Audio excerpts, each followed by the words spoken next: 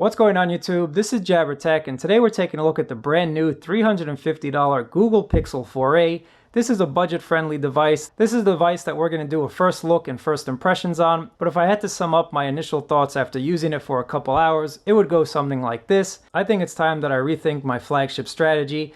I think it's time to rethink that only $1,000 plus would give me a super fluid, super snappy device. I only thought phones over $1,000 could be fun to use, but the Google Pixel 4a at $350 has actually proved me wrong on all of those points. It's actually made me think you don't have to spend over $1,000 to get a phone that's going to be able to keep up with you. You don't have to spend over $1,000 to get a phone that's snappy, to get a phone that's fluid. But enough talk about it. Let's go ahead and unbox it, and I'm going to continue on with my first thoughts and impressions.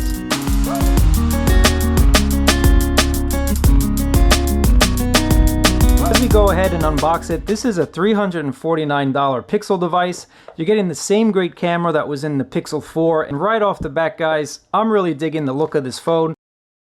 But let's just go ahead and continue the unboxing and see what we get inside. And we do have the SIM ejection tool right over there. So even though this is $350, Google really does give you everything that you need. So you get the nice USB-C to USB-A adapter here. These come in super handy. I use one of these just about every day. You get the standard 18-watt charger that Google's been including with all their Pixel lines, and the nice USB-C to USB-C cable. Now, unfortunately, at $350, Google could not include wireless charging.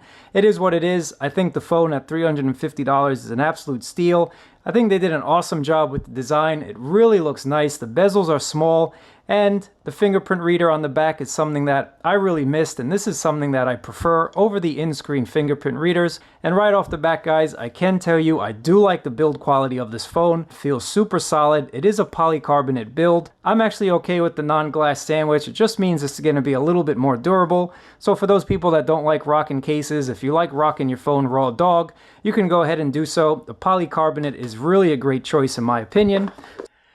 I just finished setting up all of my information on the Pixel 4a, and I've been using this for a little while, and I have to tell you, I'm super impressed. Color me impressed. I have to rethink my strategy now of only buying flagship $1,000 plus phones as my daily driver. The Pixel 4a is reminding me that, well, budget phones can be fun, and you don't have to spend $1,000 to have a very functional phone.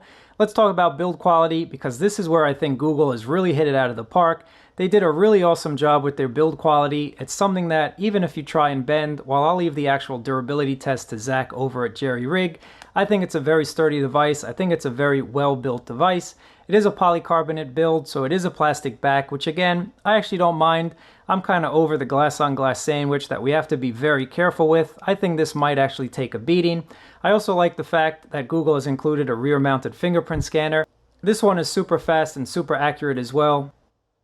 Very fast. Again, at $350, you don't expect an in-screen fingerprint reader, which I'm not really a fan of anyway. I like this fingerprint reader on the back, and it's doing a great job. I also like the fact that Google still kept the pop color on the power button. That's just something a little fun. That's just something unique to the Pixel lines. And the buttons feel really nice. You get a nice clicky sound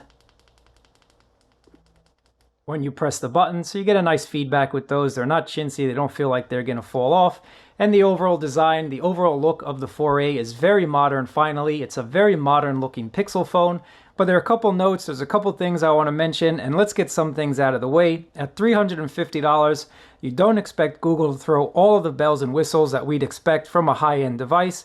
So wireless charging is not on the 4a. Again, not a big deal at this price point. What I do miss on this phone that was on the Pixel 4 XL is the squeeze to activate the Google Assistant. That's something that once you get used to, it's really simple just to pick up your phone, squeeze it, and have Google answer all your questions. But you can swipe up from the bottom and you can say the keyword, okay, and she's going to start listening to you right away. So really, you can get accustomed to not having that squeeze to wake. There's also no water resistance, no official water resistance for this phone either. Again, at $350, that's not something that I was expecting. The last thing that Google might have skimped on to save a little coin is the front panel. They are using Gorilla Glass 3. I think they could have used a newer version of Gorilla Glass, but again, that's just nitpicking. Nothing a $1 screen protector from Amazon can't fix, but the panel itself is a really nice panel. 5.81 inches. This is an OLED screen, 1080 by 2340. giving you about 443 ppi, and just playing with it for a little bit, I can tell you I have no issues with the color reproduction on this screen. It's a very nice screen, and the viewing angles are really awesome as well. No problems viewing this from multiple angles. I think they did a nice job with the way this looks. We don't have huge bezels on the front. We don't have a terrible notch on the front either. We just have a nice little hole cut out. Google also includes some fun wallpapers that kind of integrate that cutout, so I give them a huge plus for giving us some fun wallpapers as well. Just take a look at these little kittens. How could you not like this wallpaper? There's no lag going to your Google feed. Swiping through applications, you can see just how snappy this is. There's no issues swiping through applications. There's no lag opening up your app drawer. The Snapdragon 730 in here is doing a really nice job. The 6 gigabytes of RAM definitely is helping out. And with 128 gigs of storage, I can download as many apps as I want, but chances are all that storage is going to get filled up with photographs because we all know how good the Pixel line is. I'll come back to that in a little second. I've also watched some YouTube videos, so let's just go ahead, open up a YouTube video and check it out together, because we do have stereo speakers on this as well. But if you don't want to listen to stereo speakers, you want to keep it private, just go ahead and plug in some wired cans, because there is a 3.5mm jack. Great. I'm going to show you some samples as we continue talking about it. But night mode is something that I think is like Google magic. That's that black magic. I don't know what exactly they do, but night mode shots, even when using the selfie camera, night shots are just super. And you heard it right on that video. The camera is the #1 reason why people pick up Pixel phones. More and more I ask somebody who has a Pixel device, hey, why did you pick up that Pixel phone? And 9 times out of 10, they tell me it's for the camera. This is a tried and true 12.2 megapixel shooter on the back. This is something we've seen on other Pixel devices, but really it's not about hardware, it's about computational photography, and that's where Google shines. That's where the Google Pixel phone really pushes ahead of any other device on the market. There might be some phones out there that tout a telephoto lens, that tout a wide-angle lens at that. This does not have it. It's one lens. Those other devices that tout a lot of lenses on them actually take a couple times to get that shot right. The Google Pixel phone is something that, in my experience, you hit that shutter button and it's going to take that perfect shot every single time. As a matter of fact, let me just show you some shots that I took on my way home, and you tell me what you think about it down in the comments below.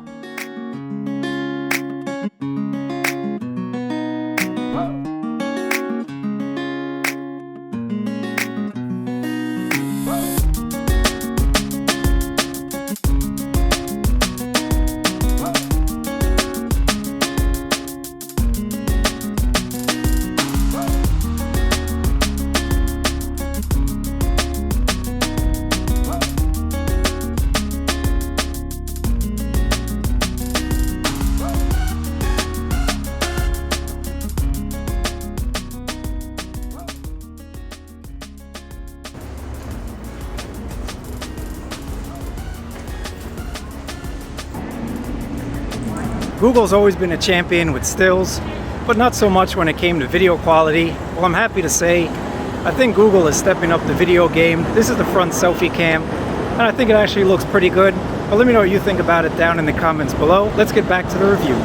We're all going to have a lot of fun shooting a lot of photos, maybe taking some video, but we want a battery that's going to last, even if this is the snappiest phone on the planet, even if the camera is the best, because if we can't take that last shot at midnight, what good is having an awesome camera if the battery just can't match it? And Google is touting an all-day battery life on the Google Pixel 4a. Again, wait for my full review where I'm going to test that, but I'm really excited to see what their algorithms can do with this 3140 milliamp hour battery. What makes the Pixel phone much more desirable than some other budget Android devices, of course we do get Google stock goodness in here. We also get 3 years of updates promised by Google. There's some feature Pixel drops as well that give us some extra functionality from time to time.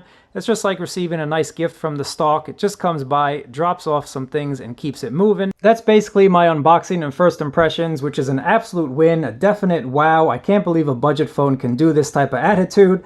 The build quality is excellent, the software integration is excellent, the Google goodness of the Pixel 4a is excellent, and it also has an always-on display, which my flagship $1,000 plus device doesn't even have. I'm not going to shout out that device. If you think you know what it is, let me know down in the comments below. But a budget-friendly $350 phone has a lot of features, that make me rethink my $1,000 flagship strategy.